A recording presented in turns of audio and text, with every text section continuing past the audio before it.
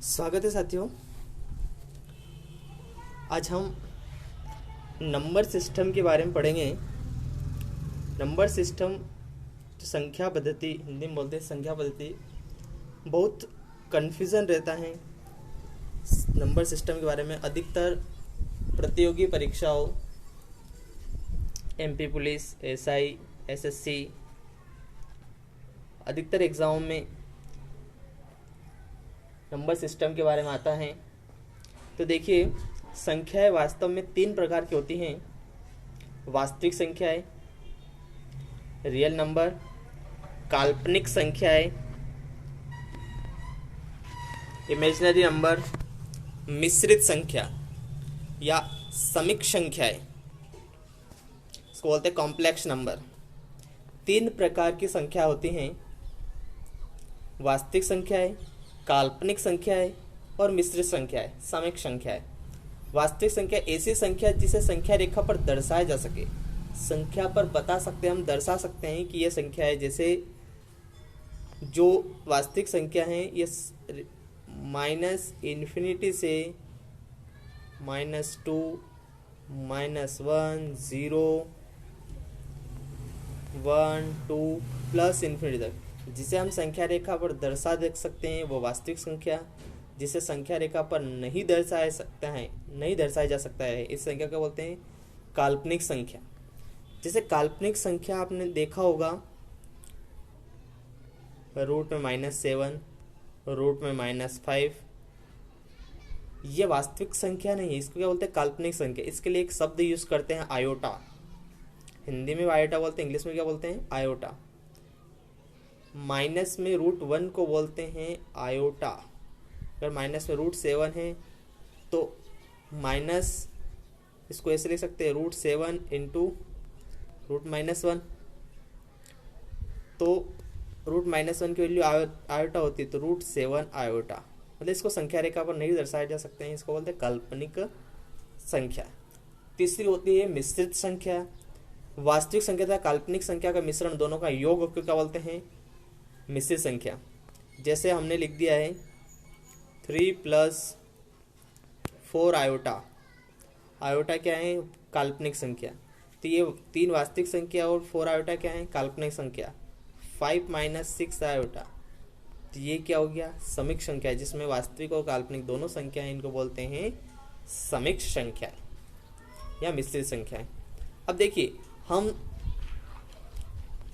जो प्रतियोगी परीक्षा हैं उनमें काल्पनिक संख्या का कोई काम नहीं है, समिक संख्या का कोई काम नहीं है।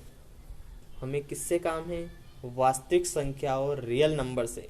वास्तविक संख्या के बारे में पढ़ेंगे, वास्तविक संख्या कितने प्रकार की होती है, फिर उसके कितने प्रकार होते हैं, सभी हम एक के बाद एक प्रकार पढ़ेंगे आज, सभी संख्याओं के प्रकार। वास्तविक संख्या 2 प्रकार की होती हैं, पूर्णांक और दशमलव। देखा होगा इंटीजर्स और डेसिमल, 2 प्रकार होते हैं रियल नंबर। एक तो इंटीजर्स पूर्णांक और दूसरा होता है दशमलव डेसिमल। अब पूर्णांक संख्या होती है जिसमें संख्या रेखा पर दर्शाते हैं हम, जैसे रियल नंबर सभी -∞ से लगाकर +∞ तक जो भी वैल्यू हैं उनको बोलते हैं पूर्णांक। ठीक है, -3, -4, -5, 1, 2, 3, 10, इन्फिनिटी, इनको बोलते हैं पूर्णांक। इसमें माइनस की संख्या भी आ गई और प्लस की संख्या आ गई। अब देखिए, पूर्णांक के अंदर ही हम पढ़ेंगे प्राकृत संख्याएं, पूर्ण संख्याएं, अभाज्य संख्याएं, भाज्य संख्याएं। और मैंने इसमें 2 प्रकार की संख्या नहीं लिखी, सम और विषम। वैसे अधिकतर को याद है सम और विषम संख्या, वो भी किसके अंतर्गत आती हैं, पूर्णांक के अंतर्गत आते हैं। तो सबसे पहले सम और विषम की बात कर लें तो पूर्णांक में जो सम होते हैं, सम क्या होते हैं 2, 4, 6, जिसमें 2 का भाग जाता है वो सम। और विषम क्या होते हैं, विषम संख्याएं 3, 5, 7, जिसमें 2 का भाग नहीं जाता, उनको क्या बोलते हैं विषम संख्याएं। ऑड और इवन, सम को बोलते हैं इवन और विषम को क्या बोलते हैं ऑड नंबर्स। अब देखिए, प्राकृत संख्याएं, जो प्राकृत संख्या होती हैं इनको इनमें क्या आता है, एक से लगाकर अनंत तक, 1 2 3 4 5 डैश डैश डैश डैश अनंत। प्राकृत संख्या में जीरो नहीं आता और माइनस की संख्या नहीं आती, एक से स्टार्ट होती है। तो प्राकृत संख्या, सबसे छोटी प्राकृत संख्या क्या है, एक है। जीरो को प्राकृत संख्या में नहीं गिनते।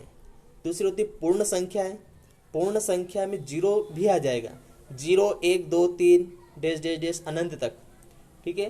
प्राकृत संख्या और पूर्ण संख्या में डिफरेंस समझ में आ गया। प्राकृत संख्या 1 2 3 एक से स्टार्ट होती है और पूर्ण संख्या है जीरो से स्टार्ट होती है, 0 1 2 3 डैश डैश डैश अनंत। फिर आती है अभाज्य संख्या है। अभाज्य संख्या देखिए, अधिकतर प्रतियोगिता परीक्षा में जो प्रश्न आता है वो रूढ़ लिखा हुआ आता है, रूढ़ शब्द। हम अधिकतर अभाज्य संख्या के नाम से जानते हैं, लेकिन अभाज्य का एक और नाम है रूढ़, इंग्लिश में बोलते हैं इसको प्राइम नंबर। तो देखिए, अभाज्य संख्या ऐसी संख्या जिसमें किसी का भी भाग नहीं जाए स्वयं के अतिरिक्त। ऐसी संख्या कौन कौन सी होती हैं, 2 3 5 7 11 13 17 19 23 डैश डैश डैश डैश। ये अभाज्य संख्या है, ऐसी संख्या जिनमें स्वयं के अतिरिक्त किसी से भी भाग नहीं जाता है, इनको बोलते हैं अभाज्य संख्या, रूट नंबर या रूढ़ संख्या, रूढ़ संख्या। अब देखिए, आपको कोई प्रश्न पूछ ले, अधिकतर एग्जाम में आता है कि सबसे बड़ी सम अभाज्य संख्या कौन सी है, सबसे बड़ी सम अभाज्य संख्या। अब सबसे बड़ी तो डैश डैश डैश खत्म ही नहीं होती, कितनी है, कोई अभाज्य संख्या को गिनती नहीं, तो सबसे बड़ी सम अभाज्य संख्या कैसे बताएं। तो एक कॉन्सेप्ट है छोटा सा कि इन अभाज्य संख्याओं में सभी विषम संख्या है, सिर्फ और सिर्फ 2 को छोड़कर। 2 ही एक ऐसी अभाज्य संख्या है जो सम है, तो सबसे बड़ी या सबसे छोटी अभाज्य संख्या 2 ही होगी, ठीक है। तो सम सबसे बड़ी पूछे या सम अभाज्य संख्या कौन सी है, 2 है। एक को अभाज्य में नहीं गिनते हैं, एक अभाज्य में भी नहीं गिनेंगे और भाज्य में नहीं गिनेंगे ना। जो एक है हमारा, जो 1 है, 1 न तो वो अभाज्य है न क्या है भाज्य है, दोनों नहीं है। क्यों नहीं है ये भी हम देखें आगे। तो भाज्य संख्या देखें, तो भाज्य संख्या जो अभाज्य नहीं है, अभाज्य को छोड़ के जो भाज्य, एक नहीं होगा भाज्य में, एक नहीं होगा।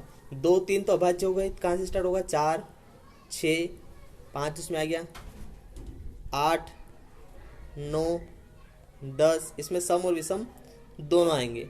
तो सबसे छोटी भाज्य संख्या कौन सी है, सबसे छोटी भाज्य संख्या है 4। सबसे छोटी भाज्य संख्या कौन सी है, 4। अब जो एक है हमारा, एक को न तो भाज्य में गिनते हैं ना अभाज्य में गिनते, क्यों, क्या कारण इसका। देखिए, अभाज्य संख्या का एक नियम है, जो अभाज्य संख्या है,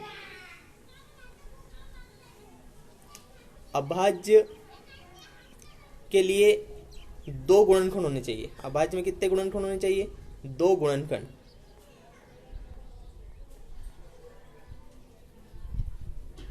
देखिए, 2 गुणनखंड होंगे तो अभाज्य संख्या होगी। जैसे सबसे छोटी अभाज्य संख्या कौन सी, 2, तो 2 का किससे भाग जाता है, 2 से और 1 से।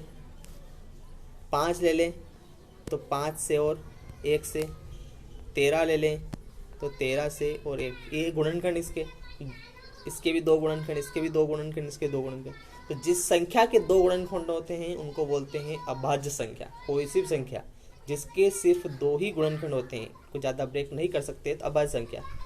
इसी प्रकार भाज्य संख्या का जो नियम है उसके होने चाहिए 3 फैक्टर, ठीक है। भाज्य 3 फैक्टर नहीं, 2 से अधिक भाज्य संख्या के जो गुणनखंड होंगे, मतलब कम से कम 3 होने चाहिए, कम से कम कितने होने चाहिए, 3। देखिए, 4 के गुणनखंड देखो, 1 2 4, है तीन, तीन से ज़्यादा भी हो सकते, कम से कम कितने होने चाहिए, तीन, तो उनको क्या बोलेंगे, भाज्य। फिर देखो 8, 1, 2, 4, 8, कितने हो गए इसके, 4 गुणनखंड। अब जो एक है हमारा, एक, एक का गुणनखंड कौन है, सिर्फ एक ही है, एक के अलावा कोई है क्या, इसलिए न तो ये भाज्य है ना अभाज्य है। ठीक है, अब देखिए इसमें अगला है सह अभाज्य संख्या। अब देखो ये थोड़ा समझना थोड़ा आसान नहीं है, लेकिन ध्यान समझा, एक अपवाद बोल सकते हैं इसको। सह अभाज्य संख्या मतलब यह दो संख्या को जोड़ा है। सह अभाज्य संख्या जब भी लिखेंगे तो हम दो संख्या लिखेंगे जो एक दूसरे से विभाजित नहीं होती। ऐसी संख्या लिखना है जो एक दूसरे से विभाजित नहीं होती। जैसे हमने तीन एग्जाम्पल लिखे, 3 और 5, 3 और 5। देखिए 3 और 5 ये क्या है, अभाज्य संख्या है, तो 3 और 5 अभाज्य संख्या, सहअभाज्य संख्या है, क्योंकि 3 और 5 दोनों एक दूसरे, 3 5 को विभाजित नहीं करता और 5 3 को विभाजित नहीं करता, इसलिए क्या है ये सहअभाज्य संख्या है। 12 13 भी सहअभाज्य संख्या है, क्योंकि 12 13 को विभाजित नहीं करता और 13 12 को विभाजित नहीं करता। इसमें अभाज्य संख्या होगी, ऐसा नहीं सहअभाज्य मतलब अभाज्य लेना, अभाज्य हो अभाज्य हो उससे कोई मतलब नहीं, मतलब उन दोनों एक दूसरे से विभाजित नहीं होना चाहिए। अब देखो 14 और 16 ली, तो 14 और 16 क्या है, सहअभाज्य नहीं है, क्योंकि 14 और 16 दोनों दो से विभाजित होते हैं, दोनों दो से विभाजित होते हैं, इसलिए क्या है ये सहअभाज्य नहीं। ऐसी संख्या जो आपस में किसी से डिवाइड नहीं होती, मतलब इनका कॉमन गुणनखंड नहीं निकाल सकते, ऐसी संख्या। जैसे बहुत सारे उदाहरण बता सकते हैं हम, 5, 6 और क्या बताएं, 7, 6, 8, 9, ये सभी क्या है, सहअभाज्य। अब इसमें देखिए हमने पढ़ा था वास्तविक संख्या दो प्रकार होती है, पूर्णांक और दशमलव। तो पूर्णांक में कौन कौन से नंबर आते हैं, याद होने चाहिए कि अभाज्य संख्या है, पूर्णांक है कि दशमलव है, तो क्या है, पूर्णांक है। पूर्णांक में सम, विषम, अभाज्य, भाज्य, प्राकृत, पूर्ण, सहअभाज्य, ये सभी किसमें आते हैं, पूर्णांक। अब दशमलव देखिए, दशमलव संख्या देखिए, दशमलव दो प्रकार होते हैं, एक तो शांत और एक अशांत दशमलव। एक शांत दशमलव होता है, एक अशांत दशमलव होता है। शांत दशमलव जिसका जो दशमलव के बाद जो अंक है वो क्या हो, एक फिक्स हो। जैसे मान लो हमने लिखा है 0.32, ये शांत है, मतलब फिक्स दशमलव के बाद फिक्स अंक है। अब हमने लिख दिया 0.555 डैश डैश डैश कितने 5 है, तो ये क्या अशांत है। जैसे हम डिवाइड करते हैं, जैसे मान लो 1/2 लिखा हमने, 1/2, तो 1 में 2 का भाग दें कितना आएंगे, 0.5, ये शांत दशमलव। 1/3, 1 में 3 का भाग दो, कितने आएंगे, 3 3 3 3 आते रहेंगे। हम 3 का भाग दें तो हमारी जिंदगी समाप्त हो जाए, दूसरा जन्म ले ले, लेकिन 3 आने समाप्त नहीं होंगे। अब ये शांत और अशांत। अब अशांत दशमलव जो है, अशांत दशमलव भी दो प्रकार के होते हैं। जो अशांत दशमलव है, अब देखिए अशांत दशमलव दो प्रकार कौन कौन से होंगे, एक तो रिपीटिंग और एक नॉन रिपीटिंग, पुनरावर्ती और अनावर्ती। जो अनावर्ती, जो पुनरावर्ती देखिए, पुनरावर्ती मतलब जो नंबर बार बार जैसे 4 4 4 4 4 4 4 4 आते रहेंगे, मतलब ये पुनरावर्ती। जैसे 1 3 1 3 1 3, ये जो पुनरावर्ती, ये क्या है, पुनरावर्ती। एग्जाम्पल दे रखे। नॉन रिपीटिंग मतलब जैसे 0.234 अलग अलग नंबर आए, 2 नहीं आ रहा, ऐसे अलग अलग नंबर आए, तो वो क्या है, नॉन रिपीटिंग नंबर। तो अब देखिए इसमें शांत अशांत, अशांत भी दो प्रकार होते हैं, पुनरावर्ती और एक अनावर्ती, रिपीटिंग और नॉन रिपीटिंग। अब देखिए इसके बाद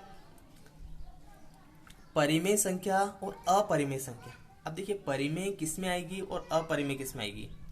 परिमेय संख्या ऐसी संख्या जिसको P/Q के फॉर्म में लिख सकते हैं। ऐसी संख्या जिसको P/Q के फॉर्म में लिख सकते हैं, जैसे 4/7, 15/17, 101/900, ये क्या है, परिमेय संख्या है।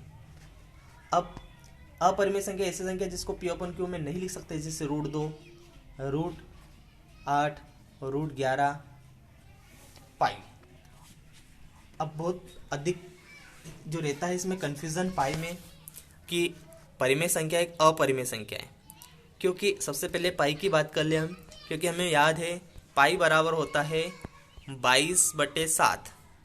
अब 22/7 P/Q मतलब परिमेय है। ये हम 100% क्या बोल सकते हैं, परिमेय है। लेकिन पाई क्या अपरिमेय है, सारे जो सिंबल होते हैं वो अपरिमेय होते हैं, क्योंकि वास्तव में पाई का मान 22/7 नहीं है। पाई का जो मान होता है वो होता है 3.14 डेस डेस डेस डेस चलता रहता है। इसमें 3.14 अप्रोक्स मान है। दशमलव के बाद इसमें संख्या आती रहती है, तो ये क्या है, अशांत दशमलव है, इसको अप्रोक्स मान रखा है। जैसे आपने कभी सवाल किया हो तो किसी में पाई का मान 22/7 रखा हो और उसी सवाल में दूसरी बार 3.14 रखा, दोनों में मान अलग अलग आते हैं। अलग अलग क्यों आते हैं, क्योंकि 22/7 अप्रोक्स मान है, ये रियल वैल्यू नहीं है। तो पाई क्या है, अपरिमेय संख्या है। अब देखिए जो शांत दशमलव है वो किस में आएंगे, परिमेय आएंगे, क्योंकि 1/2 लिख सकते हैं। 1/2 क्या है, शांत दशमलव, परिमेय आएंगे। अशांत दशमलव में जो क्या है, रिपीटिंग नंबर है, वो भी परिमेय आएंगे। जो रिपीटिंग नंबर है, जैसे ये रिपीटिंग नंबर 3, तो इसको लिख सकते हैं हम 3/9, 3, तो 1/3 वापस क्या हो जाए 1/3, तो ये परिमेय संख्या है, 1/3 लिख देंगे। लेकिन जो नॉन रिपीटिंग नंबर है वो अपरिमेय संख्या होती है। नॉन रिपीटिंग नंबर जो है वो क्या होगी, अपरिमेय संख्या। ठीक है, तो हमने नंबर सिस्टम में कौन कौन संख्या होती हैं, इन संख्याओं के बारे में पढ़ा है। आगे और जो प्रतियोगिता परीक्षाओं में जो मैथ्स आती हैं वो बहुत ही सिंपल तरीके से हम पढ़ेंगे। धन्यवाद।